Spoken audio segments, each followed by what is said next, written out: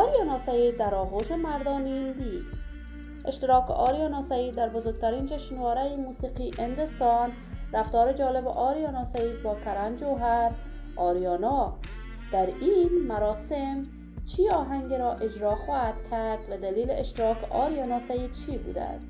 من در این ویدیو پیرامون حقایق همین ماجرا خواهم پرداخت. پس در ادامه با کانال دنیا اینفو باشید.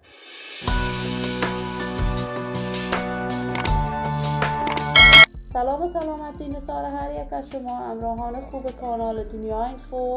من مروارید عزیزی هستم. برای حمایت از من علامت سابسکرایب را فشار دهید تا بیننده ویدیوهای جذاب و دیدنی کانال دنیا اینفو باشید. آریانا سعید یکی از اسطوره‌های بین المللی موسیقی افغانستان، یکی از هنرمندان و اسطوره‌های ناماشنا و محبوب افغانستان بوده است که نام آریانا سعید با قلم زرین در هنر موسیقی افغانستان عکس شده است. علاقمندان و دوستداران آریانا سعید از مرزهای افغانستان عبور کرده است.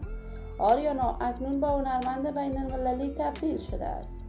این هنرمند عاشقانه به هنر موسیقیش پرداخته است و دل میلیون ها افغان را از آن خود کرده است.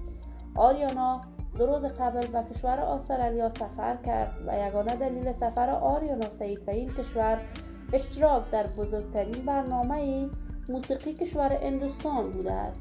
آریانا سعید رفتار جالب با کرن جوهر داشته است و در قسمت از این برنامه در آغوش این مرد بزرگ هندوستان است که انتقادهای گسترده را در صفحات مجازی به همراه داشته است، ولی اسیب ساید با آریانا در این سفر یک جا بوده است و واکنش از خود نشان نداده است.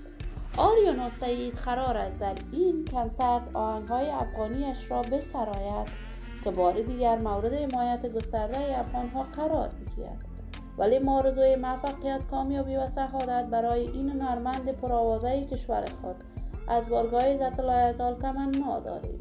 دوستان و همراهان نهایت ارجمند کانال دنیا اینفو، نظریات نیکتان را در بخش کامنت با من شریک بسازید. این ویدیو را با علاقه‌مندان و دوستان آریانا سعید به اشتراک بگذارید.